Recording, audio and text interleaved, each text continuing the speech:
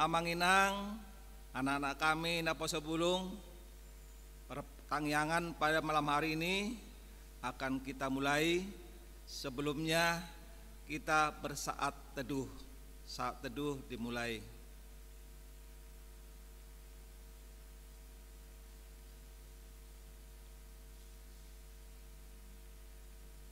Amin. Kita bernyanyi dari buku ND nomor 112 ayat 1 sampai dengan ayat 2.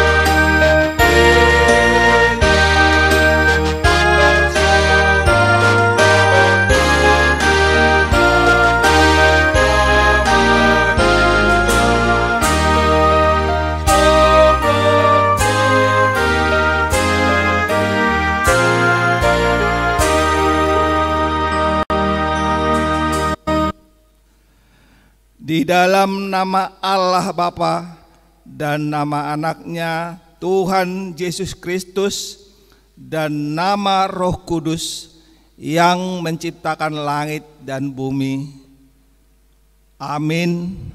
Hai manusia, telah diberitahukan kepadamu apa yang baik dan apakah yang dituntut Tuhan daripadamu selain berlaku adil, mencintai kesetiaan, dan hidup dengan rendah hati di hadapan Allahmu.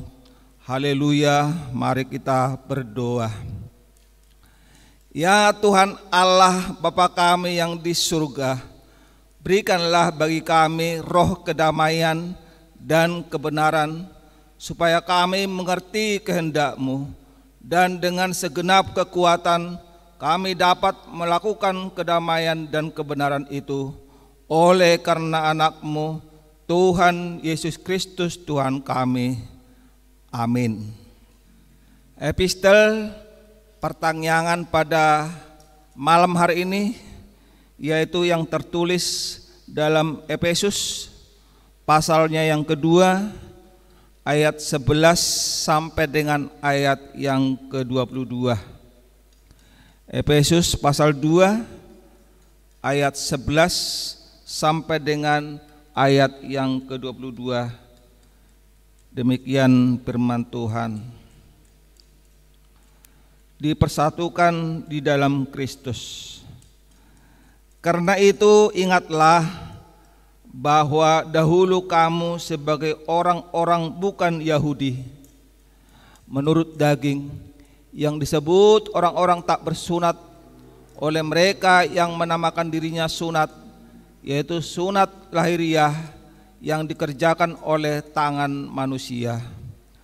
Bahwa waktu itu kamu tanpa Kristus, tidak termasuk kewargaan Israel, dan tidak mendapat bagian dalam ketentuan-ketentuan yang dijanjikan, tanpa pengharapan dan tanpa Allah di dalam dunia. Tetapi sekarang di dalam Kristus Yesus, kamu yang dahulu jauh sudah menjadi dekat oleh darah Kristus. Karena Dialah damai sejahtera kita, yang telah mempersatukan kedua pihak dan yang telah merubuhkan tembok pemisah, yaitu perseteruan. Sebab dengan matinya sebagai manusia, Ia telah membatalkan hukum Taurat dengan segala perintah dan ketentuannya, untuk menciptakan keduanya menjadi satu manusia baru di dalam dirinya, dan dengan itu mengadakan damai sejahtera, dan untuk memperdamaikan keduanya di dalam satu tubuh dengan Allah oleh salib, dengan melenyapkan perseteruan pada salib itu. Ia datang dan memberitakan damai sejahtera kepada kamu yang jauh dan damai sejahtera kepada yang dekat.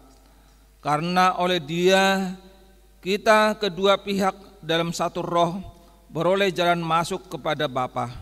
Demikianlah kamu bukan lagi orang asing dan pendatang, melainkan kawan sewarga dari orang-orang kudus dan anggota-anggota keluarga Allah, yang dibangun di atas dasar para rasul dan para nabi, dengan Kristus Yesus sebagai batu penjuru.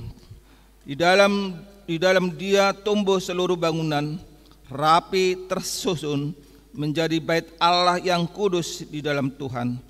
Di dalam Dia kamu juga turut dibangunkan menjadi tempat kediaman Allah di dalam Roh. Demikian pembacaan firman Tuhan. Berbahagialah orang yang mendengar firman Tuhan serta memeliharanya. Amin.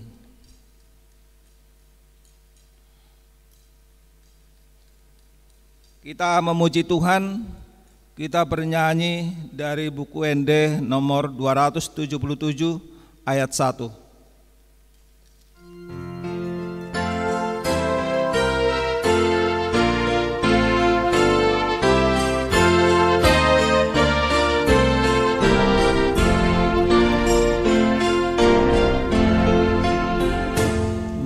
Marsadaro hahita si tanda Yesusi atiop tong jamita pasonang rohai sapir koditabe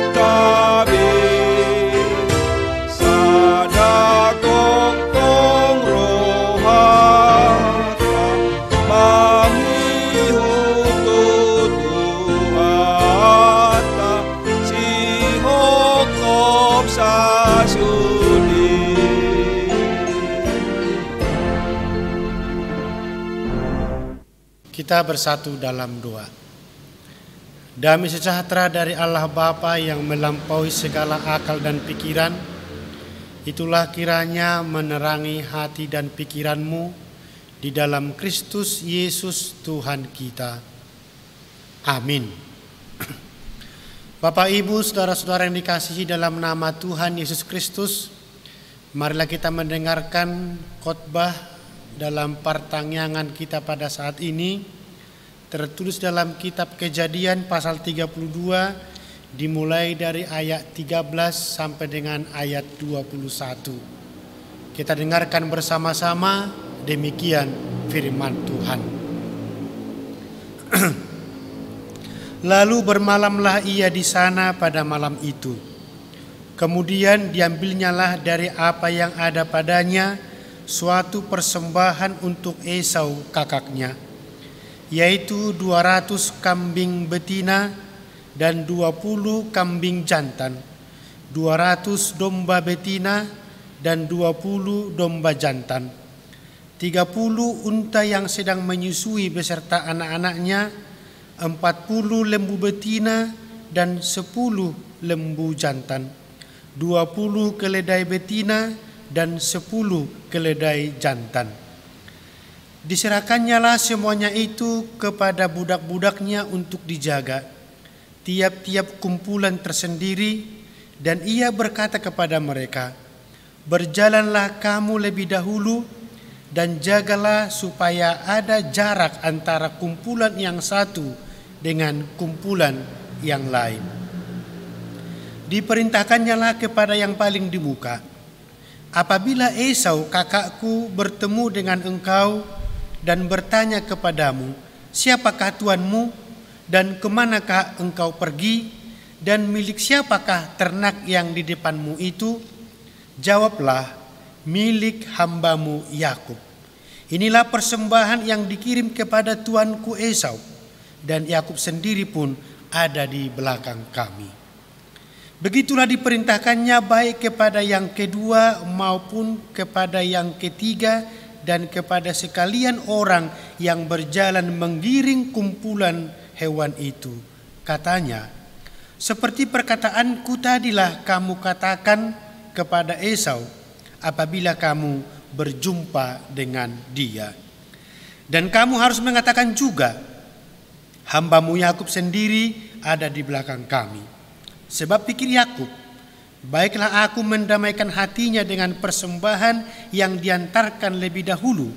Kemudian barulah aku akan melihat mukanya. Mungkin ia akan menerima aku dengan baik.' Jadi persembahan itu diantarkan lebih dahulu, tetapi ia sendiri bermalam pada malam itu di tempat perkemahannya." Demikian firman Tuhan. Bapak, Ibu, saudara-saudara semua yang dikasihi dalam nama Tuhan Yesus Kristus, mengaku salah adalah sebuah tindakan merendahkan hati dan tindakan yang sangat terpuji. Yesus sendiri mengajarkan hal itu kepada kita, bahwa kita itu harus mau mengakui kesalahan dan mau meminta maaf kepada orang yang pernah kita sakiti. Ketika orang melakukan mengaku salah, meminta maaf, tentu akan ada kelegaan dalam diri kita.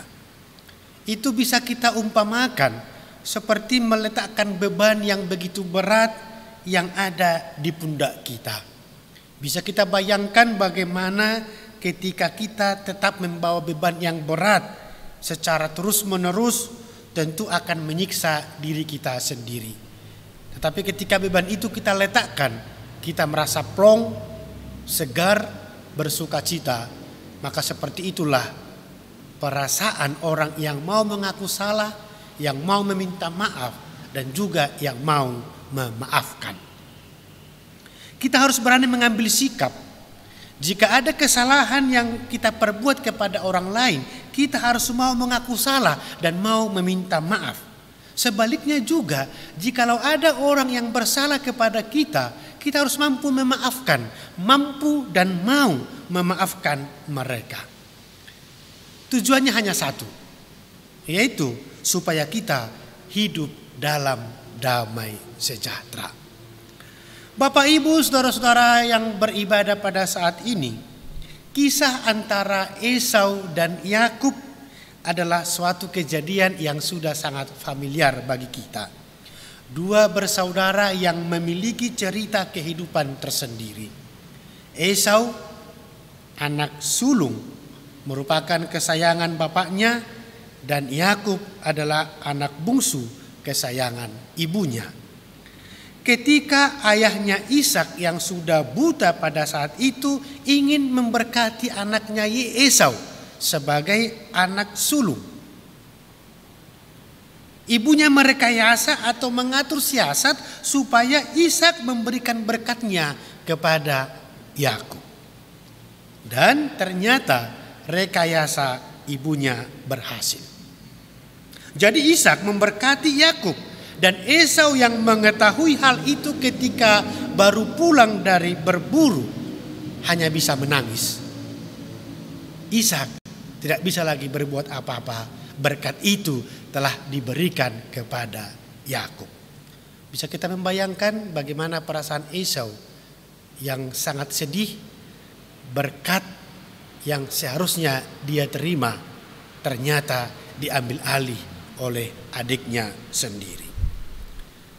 Setelah hal itu terjadi, untuk menjaga keselamatan Yakub, ibunya menyuruhnya pergi dan tinggal di rumah pamannya Laban sampai dia menikah di sana, sampai dia memiliki keluarga serta memiliki harta yang melimpah. Dan itu sangat lama.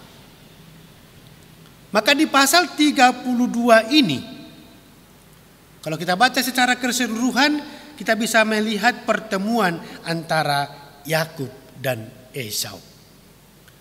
Pertemuan ini menjadi klimaks hubungan antara kedua saudara ini.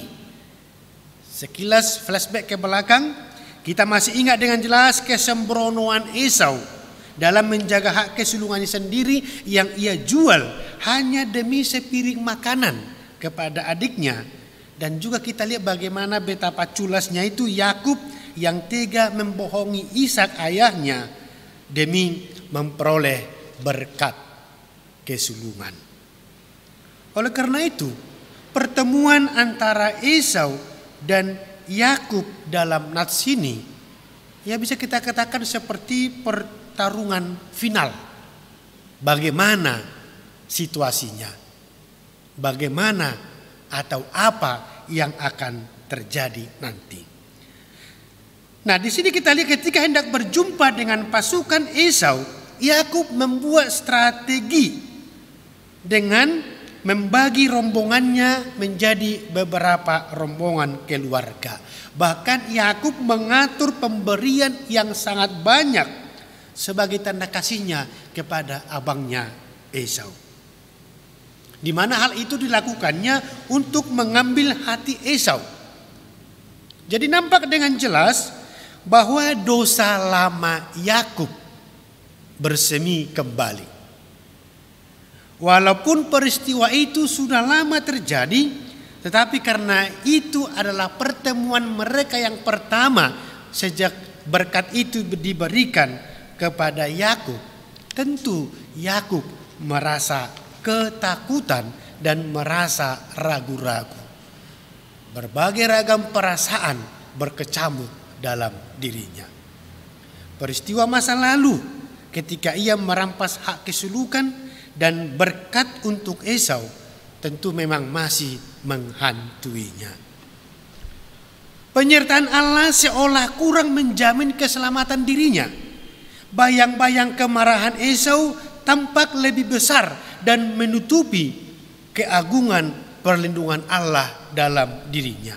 Yakub memandang masalahnya itu sangat besar. Dan untuk menutupi ketakutannya, Yakub rela menyebut dirinya hamba dan menyebut Esau sebagai tuan. Jadi berbagai perasaan berkecamuk dalam hatinya. Dia merasa yakin dengan penyertaan Tuhan, tetapi penyertaan Tuhan yang dia rasakan itu tidak mampu menghilangkan rasa takutnya kepada abangnya Esau. Jadi dalam keadaan itu, keraguan-raguan, ketakutan, kekhawatiran, Yakub bukan tidak percaya kepada Tuhan, tetapi bagaimana dia nanti menghadapi abangnya, dia sangat khawatir. Dan perasaan itu sudah sangat lama menghantui pikirannya. Bapak, Ibu, saudara-saudara dikasihi dalam nama Tuhan Yesus Kristus, ternyata kalau kita baca full semua pasal 32 ini, ternyata ketika mereka bertemu, Esau menyambut mereka dengan baik. Esau tidak lagi mengingat kesalahan pada masa lampau. Dia lebih fokus kepada masa depan. Terlebih ketika Esau melihat Yakub bersama istri dan anak-anaknya Esau sangat bersuka cita. Dia menyambut mereka penuh dengan sukacita. Dua bersaudara yang memiliki rasa bersalah yang terpisah sudah sangat lama bertemu dalam damai sejahtera, saling memaafkan dan mampu melupakan kesalahan pada masa lalu. Ternyata Yakub salah menilai Esau. Dan kadang memang perasaan seperti itu banyak menghantui orang-orang yang mempunyai masalah pada masa lalu.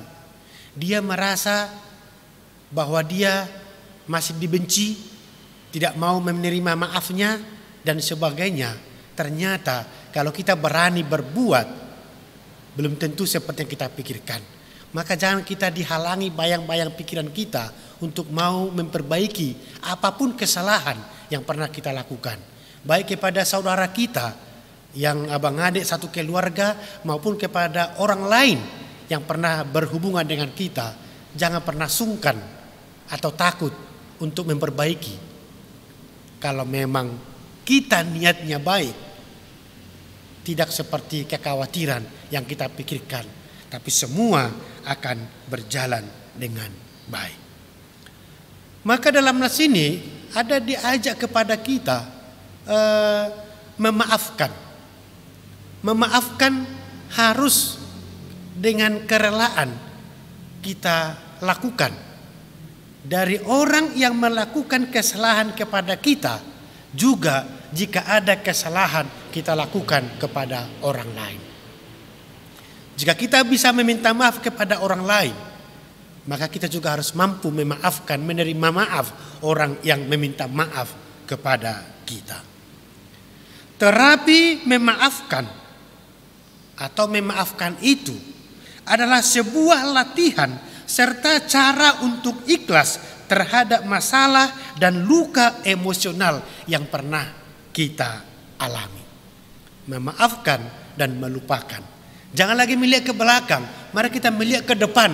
Begitu banyak hal-hal yang akan kita raih, begitu banyak berkat Tuhan yang akan kita nikmati.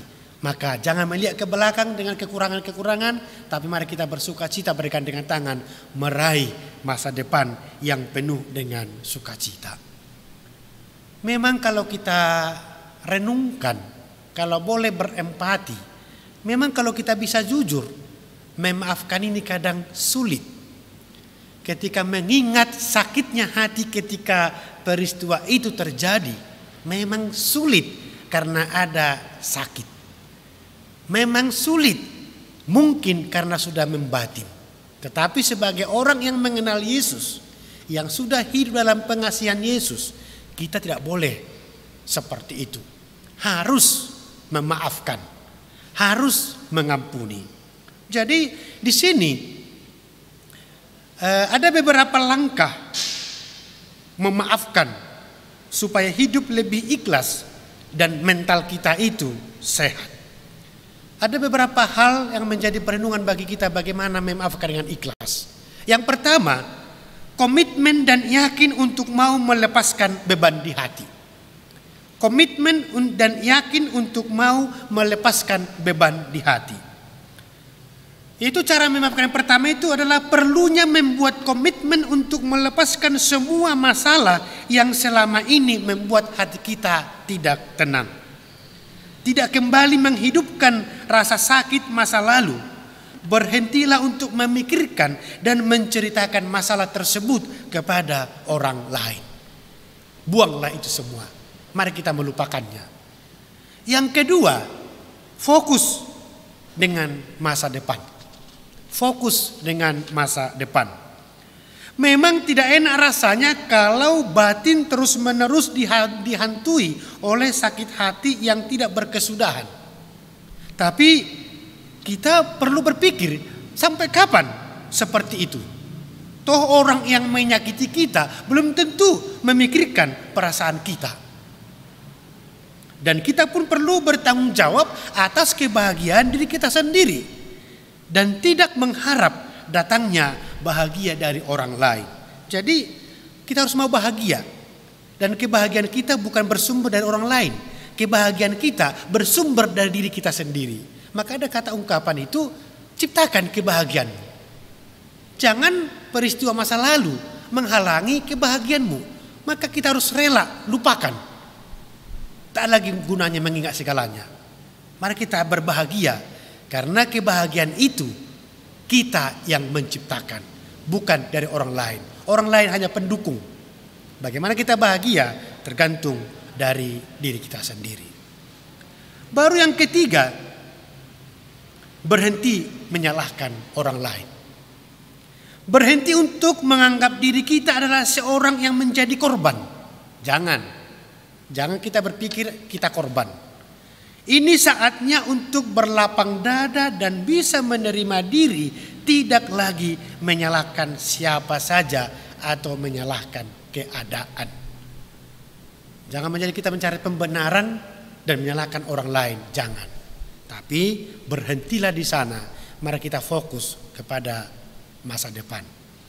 Dan yang keempat di sini, maafkan mereka dan maafkan diri sendiri. Maafkan mereka dan maafkan diri sendiri. Terkadang banyak orang yang terjebak dalam rasa sakit hati, terjebak dalam keras kepala dan merasa tidak bisa memaafkan. Nyatanya apa? Itu sia-sia dan merugikan diri sendiri. Kalau kita memaafkan orang lain, bukan berarti kita itu lemah. Tidak.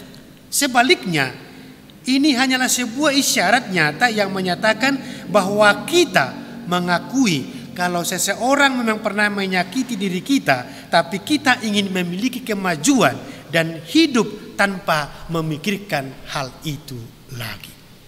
Berdamailah dengan diri kita sendiri. Mau memaafkannya supaya kita kuat dan supaya kita bersukacita menjalani hidup kita. Jangan kita biarkan masalah-masalah masa lalu menghalangi atau menghilangkan sukacita kita. Tetapi fokuslah kepada pengharapan masa depan. Dari 4 poin tadi, memang itu hanya teori. Bagaimana kita menghidupi. Tetapi yang paling utama adalah mari kita teladani kasih Yesus yang telah diajarkan kepada kita supaya kita bisa berdamai dengan semua orang. Teladan yang diberikan Yesus itulah yang harus kita hidupi. Mengampuni, minta ampun. Itu bisa kita teladani dari pengajaran Yesus yang sudah kita hidupi selama ini. Sulit, tapi kita harus melakukannya karena itulah yang seharusnya. Amin, kita berdoa. Bapa di dalam surga, terima kasih Tuhan dengan firman-Mu yang kami dengarkan. Terkadang Tuhan kami bisa terjebak pada perasaan Yakub yang begitu lama memendam perasaan bersalah karena peristiwa-peristiwa masa lalu yang pernah kami alami.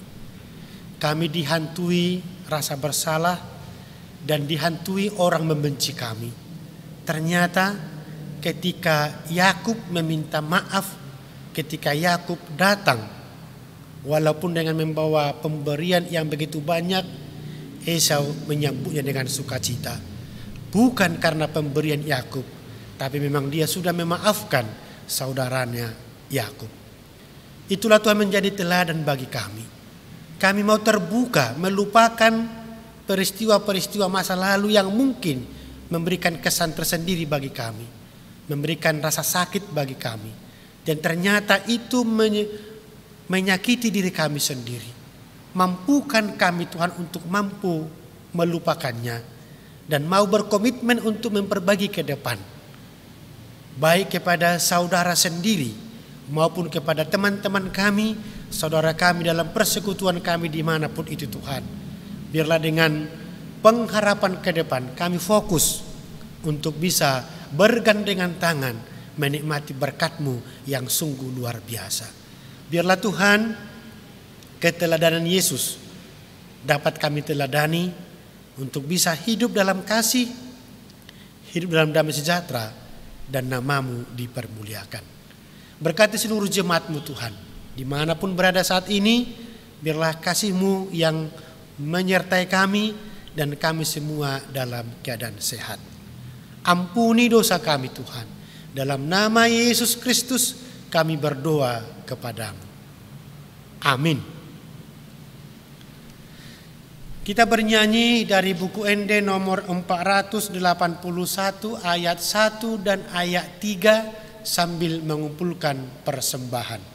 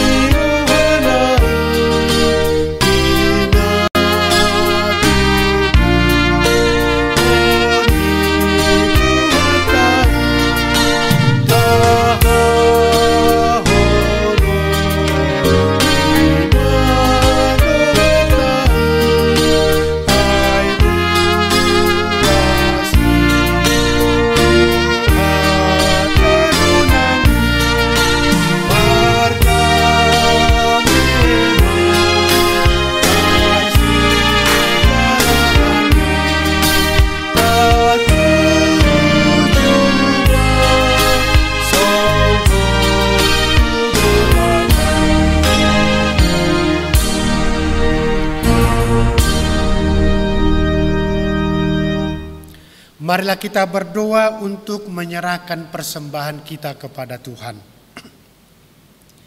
Ya Allah Bapa kami yang di surga, kami mengaku bahwa Tuhan adalah sumber dari segala karunia yang melimpah dalam kehidupan kami masing-masing. Sebahagian daripada karunia itu kami serahkan kembali sebagai persembahan kepada Tuhan. Terimalah dan berkatilah persembahan umat-Mu ini, agar dapat kami pergunakan untuk pekerjaan dan pelayanan kerajaan Tuhan di dunia ini. Bukalah hati kami untuk mengenal betapa banyak berkat dan karunia yang kami peroleh dari Tuhan, supaya kami senantiasa bersyukur kepadamu di dalam nama Yesus Kristus Tuhan kami. Amin. Kita bersama-sama mengucapkan doa Bapa kami. Bapa kami yang di surga, dikuduskanlah namamu. Datanglah kerajaan-Mu, jadilah kehendak-Mu di bumi seperti di surga. Berikanlah kami pada hari ini makanan kami yang secukupnya, dan ampunilah kami akan kesalahan kami, seperti kami juga telah mengampuni orang yang bersalah kepada kami. Dan janganlah membawa kami ke dalam pencobaan, tetapi lepaskanlah kami daripada yang jahat, karena Engkaulah yang punya kerajaan dan kekuasaan dan kemuliaan sampai selama-lamanya. Amin. Anugerah Tuhan kita Yesus Kristus, kasih setia dari Allah Bapa, dan persekutuan Roh Kudus kiranya menyertai kamu sekalian. Amin. Amin.